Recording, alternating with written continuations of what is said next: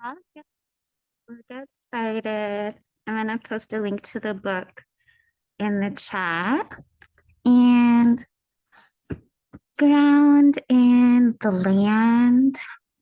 I am on Tongva land where, hi, come on in.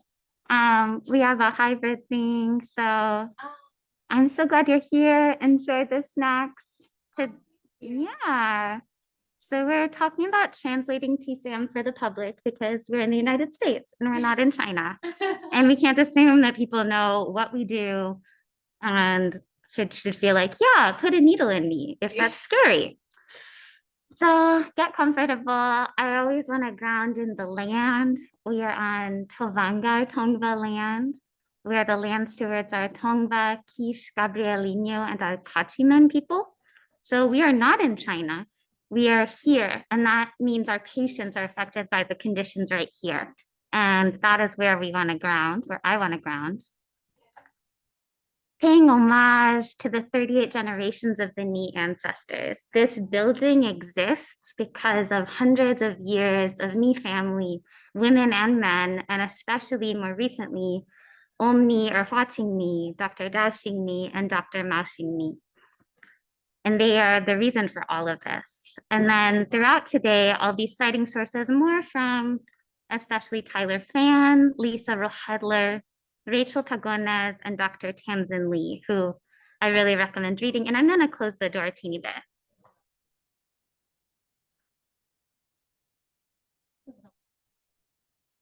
So that is my research. In the context, in addition to thinking we're not in China, but why is there Chinese medicine here? The work of Tyler Fan really exposes that there's a lot of prejudice against Chinese medicine because in this land, there's historically been a lot of prejudice against Chinese people.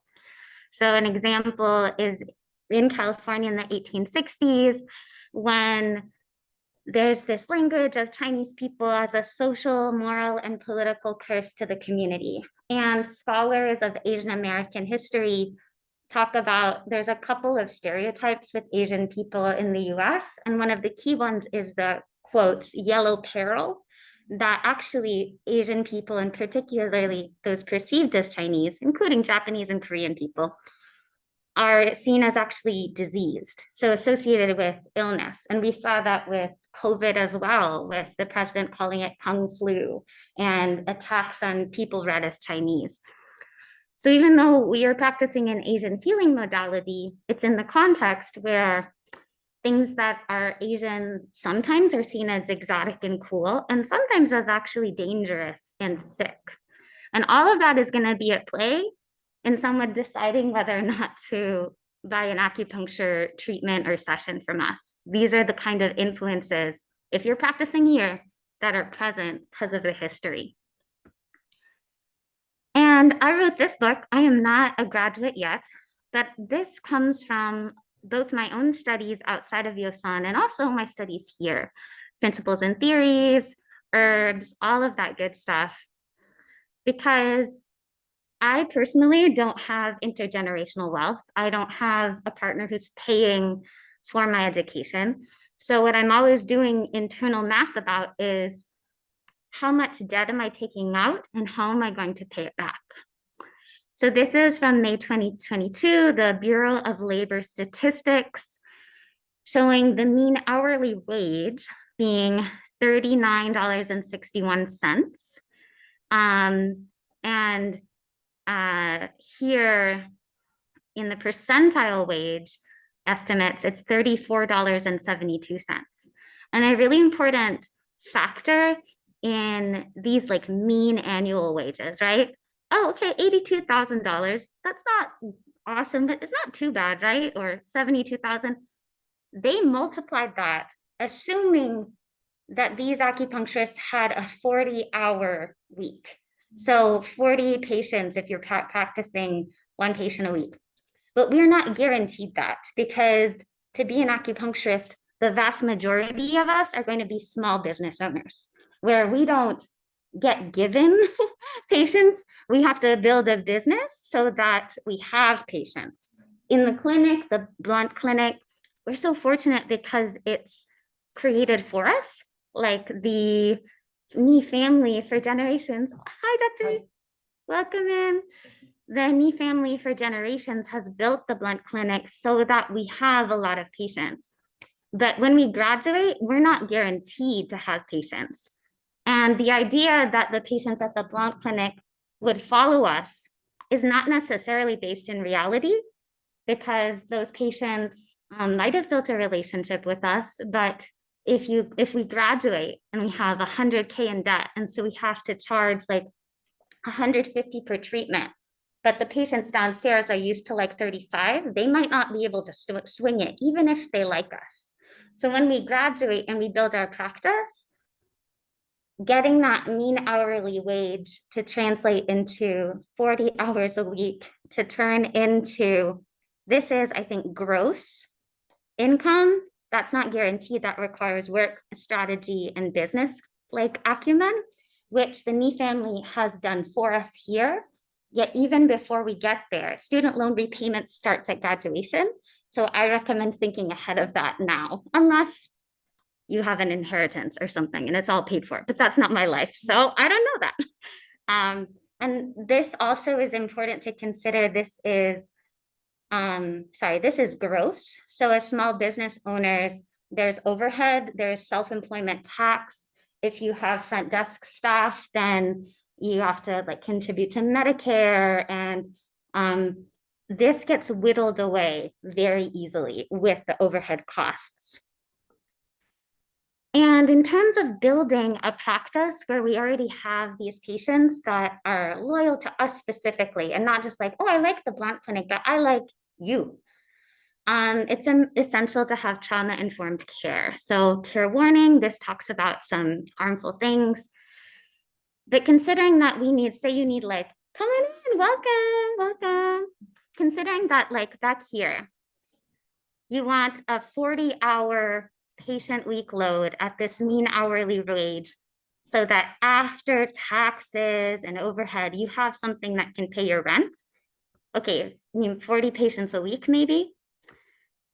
Nearly 1 in 5 women, that's like 40 divided by 5, that's about 20 of those women are statistically likely to be survivors of assault, right? Or severe physical violence, and men as well, though the statistics are different. So thinking about why should those people give their money and let us go into a room with them if we do that, if we do like patient care in a room, because there's also community acupuncture where everybody's together. It's on Wednesdays here. Knowing this, why should they go into a room with a stranger that they don't know who's using needles? If we're here, they're not Chinese, they're not used to this. That is scary. That is something they might do if we paid them. But if we're like, here, give us $150 to do this, that's not guaranteed. Like, and because it's done for us here, because the Lee family founded the Blunt Clinic, we can take it for granted. But going forward, if we want to be able to pay our rent as clinicians, we have to be thinking about the trust that we have to build and earn with our patients for them to be willing to put themselves in that position of incredible vulnerability with us. And that comes, it's not just about needle technique, about like, oh, I know you turn this way, or the special insertion, like that's super cool to us. For most people, I know they will not care. Oh, this is so fancy, you know, it's beautiful, but they will care. Do I feel safe? Do I feel like this person listened to me? Did this person do something that I don't understand and then leave me alone in the dark and then tell me that I shouldn't have felt uncomfortable and this is good for me anyway? Why would I ever come back, right? Like we're so used to being in this TCM world that we can forget how different and scary and honestly traumatic it can be if you don't have a clinician who, not through their needling, but in how they talk to you, how they make eye contact, how they listen, shows you that you matter. How they feel about letting them entrust their bodies to you is what brings them back, right? And I bring this up just because, I mean, transparently, I have both seen and experienced a lack of this in acupuncture clinical experiences. And I've heard of it. And I know personally people who have been like, oh, I never want to do acupuncture. This guy, he needled me. He was so arrogant. He wouldn't let me finish what I was saying. And then he left me alone and it hurt. And he said, he didn't listen when I said it hurt. And then it was really expensive. And I never want to do it again. And then people might not get help, right? So we have a responsibility that even reflects back to the Ni family in terms of how we treat people and how we earn that trust. Where, yeah, I touched on this. So student loan repayment starts on graduation. Right now, how are we thinking about building relationships in our community who are going to be your patients? And they wouldn't want to come to me. They know you. They want Karen. They want whoever.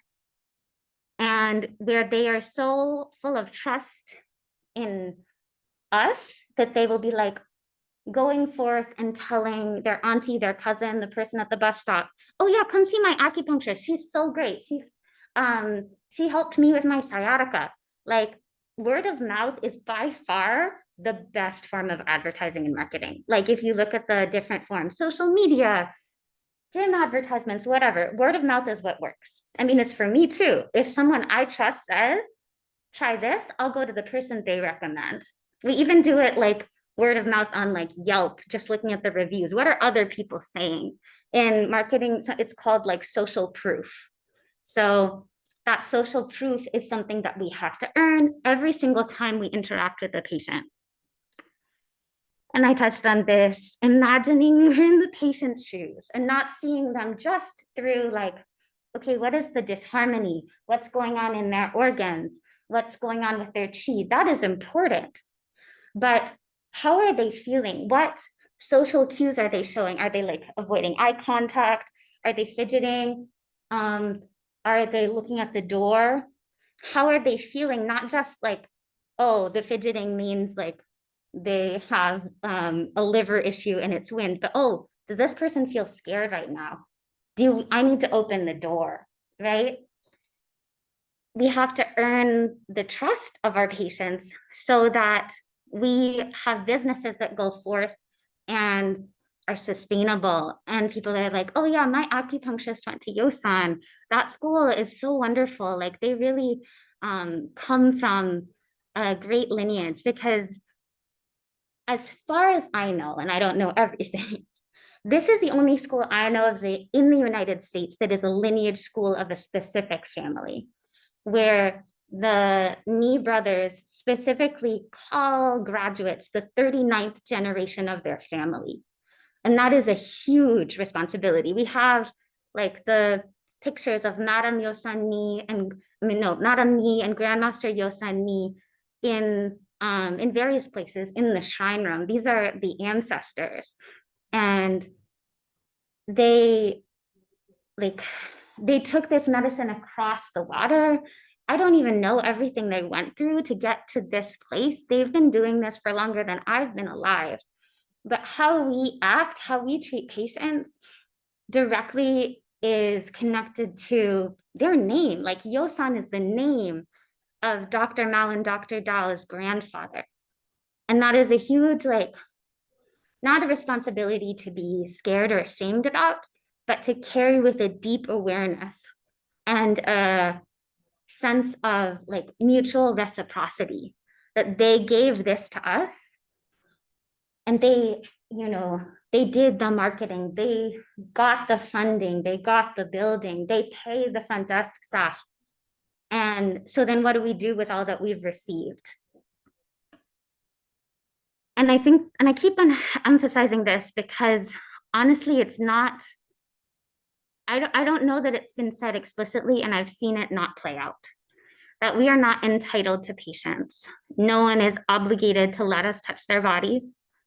And it is a privilege and an honor that we must earn and keep on earning for them to stay and keep coming back and give us money, give us their trust, give us their time, refer their loved ones. And so that's my why. I I wrote this book. I am driven by a love for my community, who are the people that I want to treat are often survivors and not familiar with Chinese medicine. So they're in my heart and they're in my mind. Every time I'm doing homework, every time I'm here, what do they need? How can I be of service to them? How can I translate and make this make sense? I don't need to, nor is it necessarily helpful for me to say, so there's a liver wood disharmony leading to uprising of yang. Like that is gibberish to a lot of people. It's beautiful to us, and we can have our TCM friends who we can share with. But I know I've been a patient, and if a biomedical practitioner is saying a lot of Latin words at me, it's like, well, okay, how do I feel better? What are you doing? Except showing that you know something I don't. How is this making my life better?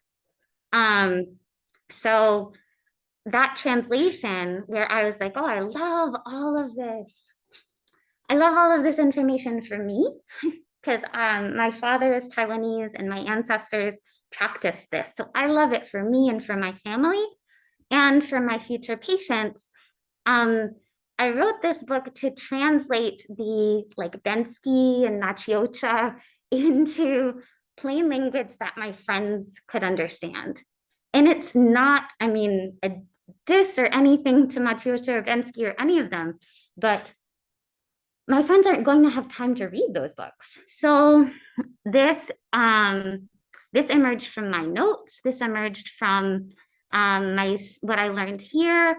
And what's really beautiful about this is that with a book, then it can bring a bit of a passive income stream and go out, and it's always working for me. So I was super fortunate to get a book deal with Union Square, which is like an imprint of Barnes and Noble.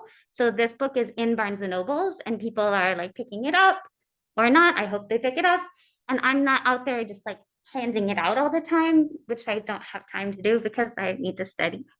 Um, so this, you don't need to do a book necessarily, but this is one way that I also let my people know, the people who may not have heard of Yosan, a lot of them have, but who know me as like a cousin or a friend or a dancer to be like, oh, Camellia does like healing.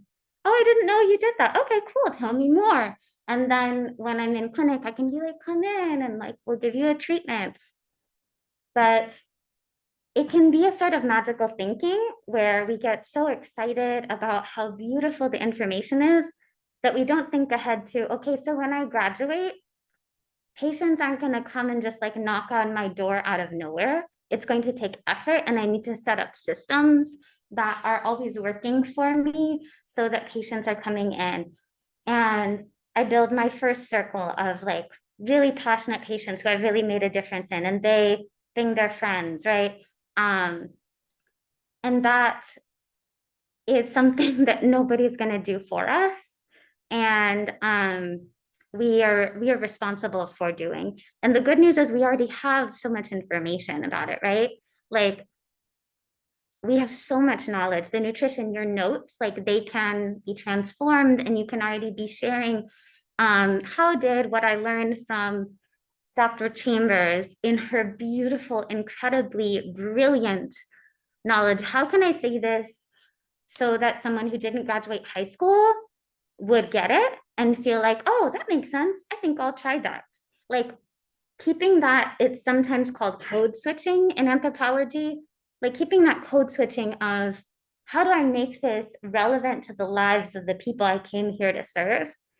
And I hope that you came here to serve people, because otherwise, like that's the whole thing. That's what the New family is here for. So I can stop talking and answer any questions if you have them about the book or what I shared. But thank you for listening to me and being with me today.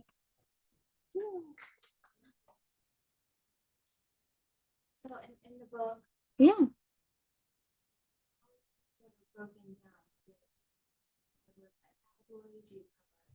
Hi, Camilla. One moment, Karen. There's Can you hear me? someone here. can you, Oh. I'll come right to you, okay? Thank you.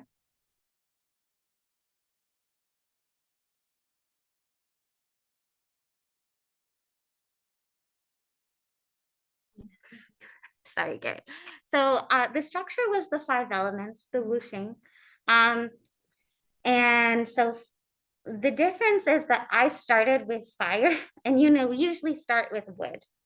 But for me, since the fire element is so connected to the heart and to love and to joy, that for me is the only thing that gets me out of the bed in the morning. So I was like, I am deliberately going to start with fire. I'm going to start with the heart. So there's these 5 sections, and each section has 3 chapters. There's like the visualizations based on, the colors. There's some acupressure points, like 1 or 2, just like acupressures for each. There's a few like crystal recommendations from the Franks and Yuan book Stone Medicine, which is so cool. Crystal healing in Chinese medicine. Some nutrition that I learned from Dr. De Souza. And it's all stuff that people can do at home. It's not I can't control what people do, but I was not telling people to needle or go get like foods or something, just like ginger, things that you can do pretty safely. Yeah. Karen, did you want to go ahead? Sure. So I thought this was just more about your publishing the process of your publishing your book. Because I agree with you about your notes can be transformed into anything, and you can really support your patients by giving them something that they really can understand. So I was wondering what that process was like for you, and was it hard? Sure, yeah. So let's see. So I had, before this book, I actually made a course with the 5 elements, an online course. So the outline I already had from that course. And then let's see, I think it was winter of 2021, fall, winter of 2021. I reached out to a dear friend who I had been doing community organizing with, and I knew that he had been published, and I actually just like asked him for advice, and he was so generous, and I didn't accept this, but he was like, I will introduce you to my publisher. So he introduced me to his publisher, and she, the editor there, so she asked me for a proposal. So I didn't come with 200 pages written and say, buy my book, that I was introduced to a publisher as a person studying Chinese medicine and Taoism. And she asked me for a few book ideas. So I gave a few ideas based on what I've studied so far. Then I wrote a proposal, and the structure of the proposal was basically like kind of this summary, right? So like an overview, a little bit about me. Also in the proposal was the target audience, other books in the same vein, right? That are maybe competition, although I don't necessarily believe in that. I also then had to write a chapter outline, right? So all of those chapters, and then a little blurb about what would be in each of them, and then a writing sample, which was like maybe half of a chapter. And I submitted that. And then actually in like 2 months, I got what was called like a deal memo. So this wasn't a book deal, but it was a deal memo. So it was them offering, okay, we can pay you X amount of money for this many words by this date. And then we negotiated. So I asked for more money. And then we came to an agreement. And then I wrote, and I had some leverage because they wanted me to complete the book in like 5 months, which is a very short turnaround. So I used that to bargain for a larger advance. And I was paid my advance in 2 pieces. I was very fortunate because sometimes people get paid it like in 4 or something.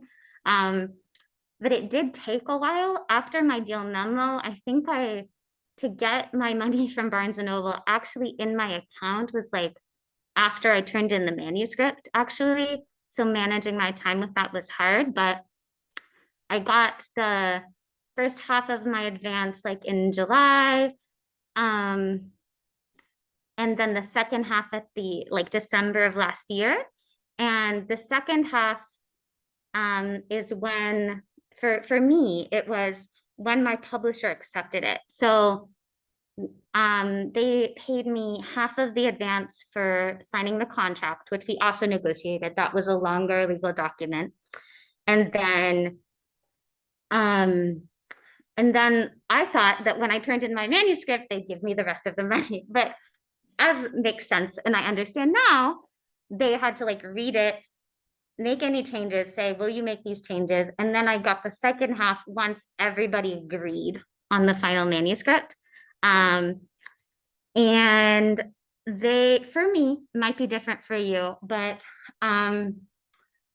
I didn't get flown out to do a book tour. Some people do, maybe when they have more established stuff, but that takes time often. So while my publisher sent out my book to like the book places, Publishers Weekly, whatever, like I organized my book events like this one and with other community organizations using my own connections and my own money. Because I worked with a publisher, you can self-publish, but that's a different process. I have self-published before, and in that case, I paid the self-publishing company, and then I get to keep all of my royalties, but they also didn't pay for like promotion. So yeah, that's an overview. Do you have any other questions? Did that mostly answer it? Yeah, I mean, a little bit more than I thought. I was just like the process of choosing your publisher, but like you said, you didn't choose it. It kind of came to you, which is wonderful. Yeah. So that's great. Thank you. Yeah, for sure. And I would be deliberate in choosing a publisher though, because this one, I'm so thankful. I am so, so, so thankful for them. And also, bless you, I know that my target audience is often a little more like progressive. And so not exactly, maybe a little bit more of like a college bookstore than a Barnes and Noble crowd. So now I know for next time, like, oh, actually, my editor suggested another publisher that I might want to pitch a more progressive sort of, not that this is not progressive, but a more explicitly um, sort of political-ish book to a different publisher because they do have different orientations and connections. Well, I think it's beautiful that you're doing these tours, and really investing that time in your book because people get to meet you, and it's not like someone doing it for you. So I think it's beautiful that you keep putting yourself out there. So congratulations. Thank you, Karen. Yeah, and I think it's relevant to like being a small business owner because I am an introvert and I feel shy.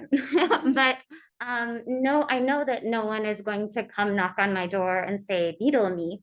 So if I want to do this, I have to use the tools that I have to be willing to be uncomfortable and be visible. Yeah, go ahead. How did you come to choose your population? Earlier you mentioned that it was trauma involved, but can you elaborate more like what specific trauma? And if in any way you choosing your population, does it relate to any personal experience? Yeah, I think that's really key because Chinese medicine can kind of treat, I mean, I think everything, but if like generalists, that's maybe a little harder to attract if you're not in China, where people know that Chinese medicine can treat everything. But if particularly in LA is saturated with acupuncturists. So having a specialty and knowing who your people are makes it easier to target your messaging for them. So my population is, as I mentioned before, like a lot of progressive artists who are trauma survivors, because that's me as well. And so that's the experience that I know the best. And it also, I also like have experience of being really low income So that's part of why I'm always thinking ahead about the money piece. And so I think about patients, potential patients who, like me, are counting all their receipts and trying to make sure, okay, do I have enough money to pay rent though? Am I going to be able to get groceries at Trader Joe's this month, or do I have to go to the 99-cent store? And with it, there's that math, even if like those folks who I rode the bus with, who I worked as a like waiter with, even if they understand Chinese medicine, if it's simply not affordable, then they'll choose rent, which is understandable. So that's why the low cost, high volume model that Lisa Rohedler shares is the community acupuncture movement, where say instead of a one patient a room for 60 minutes, per treatment, in a community setting, you can treat like 4 to 5 people at maybe like $25 a patient and make like gross $120 an hour, and let that be a low cost, high volume business where then your patients, you have more patients, which is more word of mouth. It's less likely, not completely impossible, but less likely for there to be a charged trauma experience than someone being alone in a room. And it's like scalable, right? You can, we don't have too much overhead. We need like needles, and we need cotton balls and a little rolly stool. And you can, so my people are more that kind of model, who'd be like, oh, I don't know if I feel good, like taking my clothes off with someone, even with you, it's like being alone in a room that feels scary. But oh, if my abuelita and my cousin are here, and we're all in a room and we can see each other, and I can hold her arm if I get scared. And there's like just like natural light coming in. Okay, this felt good. I got to take a nap. I feel a little better. I'll come back next week because I can afford $20 once a week. Because what we know is that a treatment sequence is often what is most effective, especially when we're new. And even with all of the hundreds of hours we get in the clinic, I think it's a little arrogant to assume that we could give people a whole lot of relief and solve their clinical issues in one session. I just don't think that that is realistic, even with all of that we learn, because there's the theory and then it's the practice. So in order for our patients to have positive results where they will come back, pay us, and bring more people, like they need to be able to keep coming back and come for like 6 sessions for 6 weeks. And if they can't afford it and they had a scary experience, and they don't understand it, like, which is why I made the book, to make it easier to understand. And it's like $20, which again, people are more likely to be able to afford than like Nachiocha's book, which can be 100 something. Like, then that helps create scale in the community acupuncture model.